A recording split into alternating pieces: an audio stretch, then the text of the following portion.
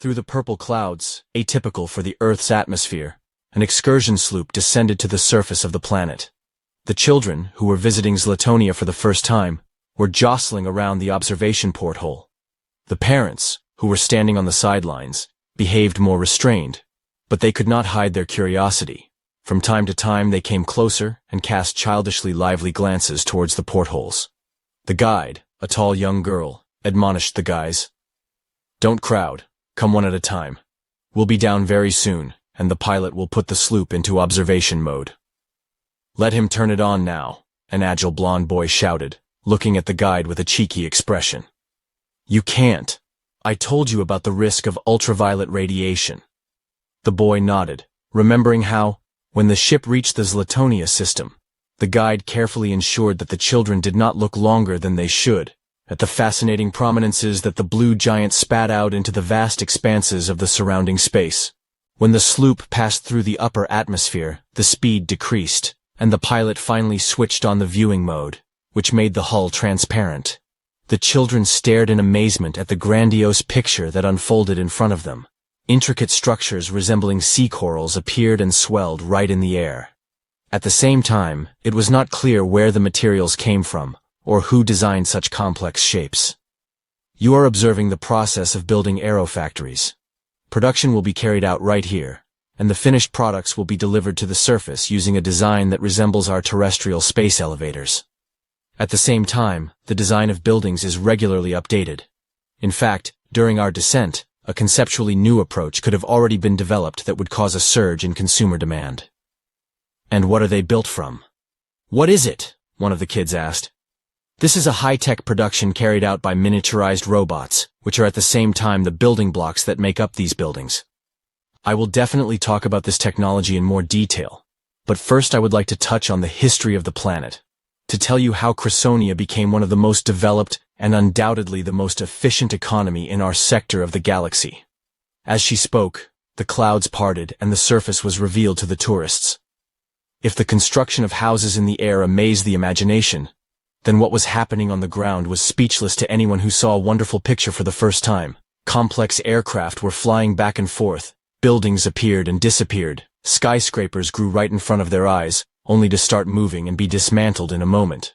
When, at the request of the guide, the pilot used ship optics to enlarge the area of interest to the earthlings, the children saw how the surface began to move, and a factory immediately appeared on the site of a residential building, which seemed to be built by trillions of ants. After that, pipes are connected to the building directly from the ground. "If we go down closer, you will hear a hum. The factory is already producing products," said the guide. "Are these houses built in the same way as the air ones? By robots?" "What is it?" asked a dark-haired girl about 7 years old. "Yes, a little one," the guide smiled. "I remember when I first saw it, I was taken aback. I couldn't imagine what could be produced at such a speed. Why are they constantly disassembling and building new ones?" an inquisitive 7-year-old asked. "Oh, this achievement is the pride of the Slotonia economy.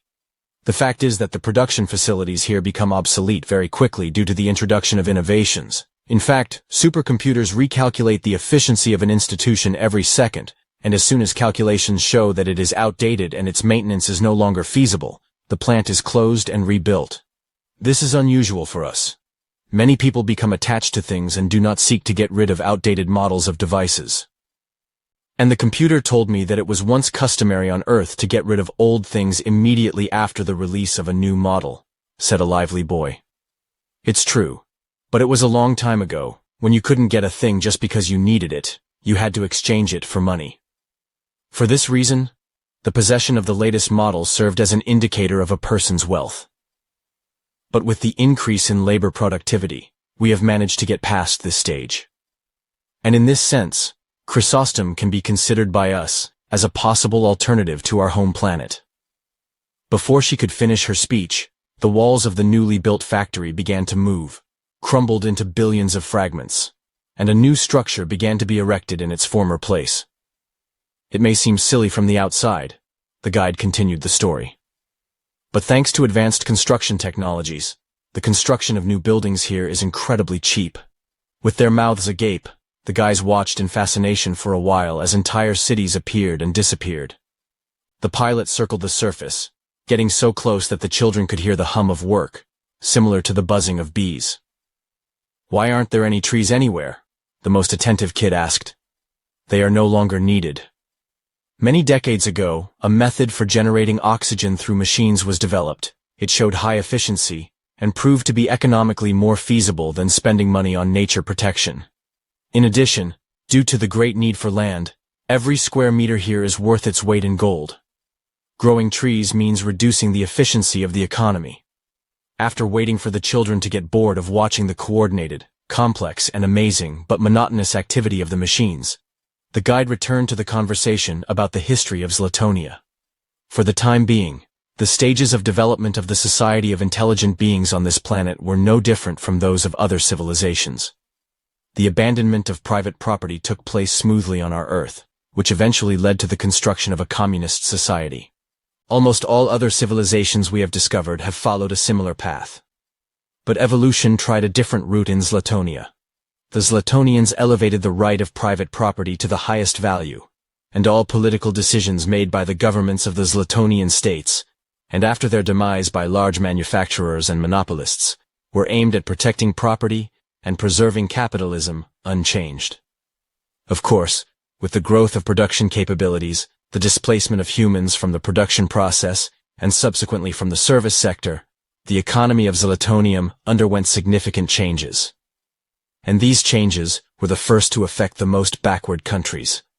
Replacing people with machines led to mass unemployment and a drop in aggregate demand.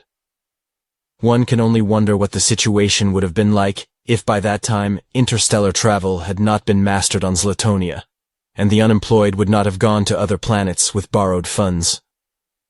"There would have been a revolution," one of the teenagers remarked. "Anyway," the guide looked reproachfully at the teenager who interrupted her, forcing the boy's parents to look down in embarrassment. "The population of underdeveloped countries began to decline. Developed countries, whose population has long since stabilized, have lost their sales markets, which has reduced aggregate demand to extremely low levels. You know that in this period of history, private property was no longer present on Earth, as was the need for daily labor. People devoted themselves to creativity, exploring the laws of nature and other planets, and the most irresponsible indulged in all kinds of entertainment, but over time there were fewer of them. On our own, without any economic compulsion, we learned how to organize our time so that we learned to enjoy not only entertainment, but also work. How many cultural masterpieces have been created, how many fundamental scientific discoveries have been made cannot be counted. Zlatonia was in decline. Despite the increase in wages, people simply did not have time to consume everything they produced. The factories built were idle, and employment continued to fall.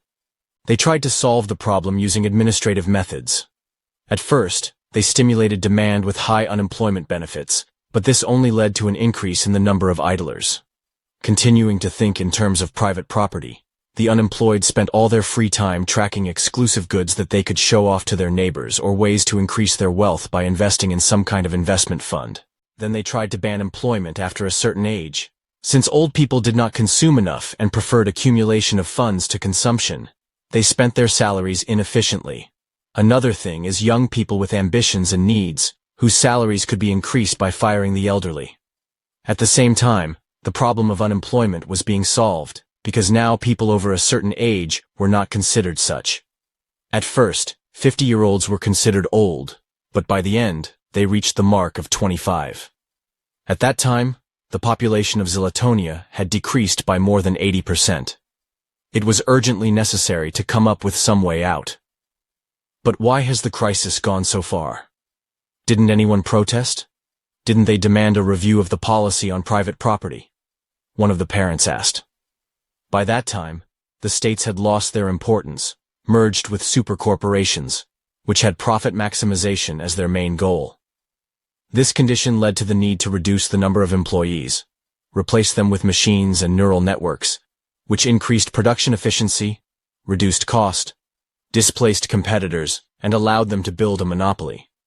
But since the competitors were pursuing the same goals, because of the competition that began, product prices fell, production grew, and demand could not keep up with these processes.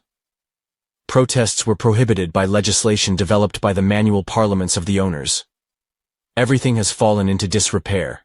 It's hard to believe, but the growth of production has been accompanied by a decline in living standards. It seemed that Chrysostom would not survive this monstrous crisis, but there was a bright head who found a way out.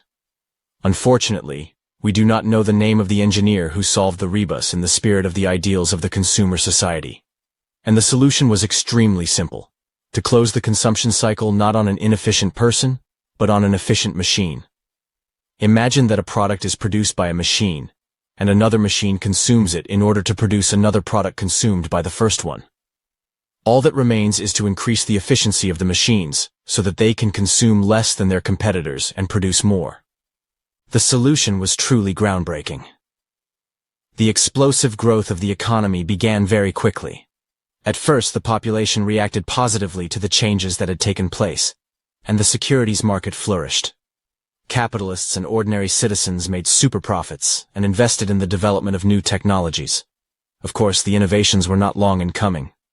Very soon, it was possible to develop neural networks that traded more efficiently than humans on the stock exchange.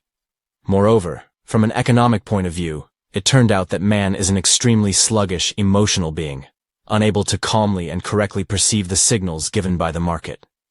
As a result, the large owners concluded that the decline in the world's population was not a minus, but a plus, and they raised the rent significantly.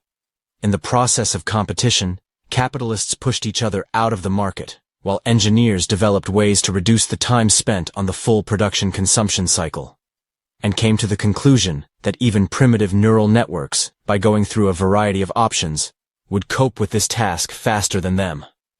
As a result, a classless society emerged. Only capitalists and machines remained on the planet, which calculated the optimal parameters themselves and were constantly being improved. One should not assume that Chrysostom turned into an autarky. It actively traded with other civilizations.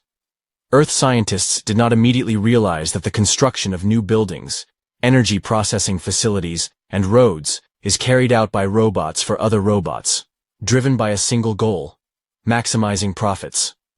In fact, you can believe that these amazing structures were created by mechanisms that 200 or 300 years ago were bulky and primitive machines that improved themselves solely with the help of hardware. Zlatonia had the potential to become a major scientific and cultural center of our sector of the galaxy. But the requirement to preserve trade secrets became a natural continuation of the policy of preserving private property. The Zlatonian engineers who migrated from the planet could not help here. They only knew the principles of the machines, but they were not familiar with the technologies developed by the machines themselves. As a result, when our engineers tried to borrow some innovations from local machines, Zlatonia's legal neural network reacted aggressively and sued the land on behalf of its owners. The worst thing is, we won. The size of the claim was enormous, and if it hadn't been for the demand to pay it in gold, we would have been in serious trouble.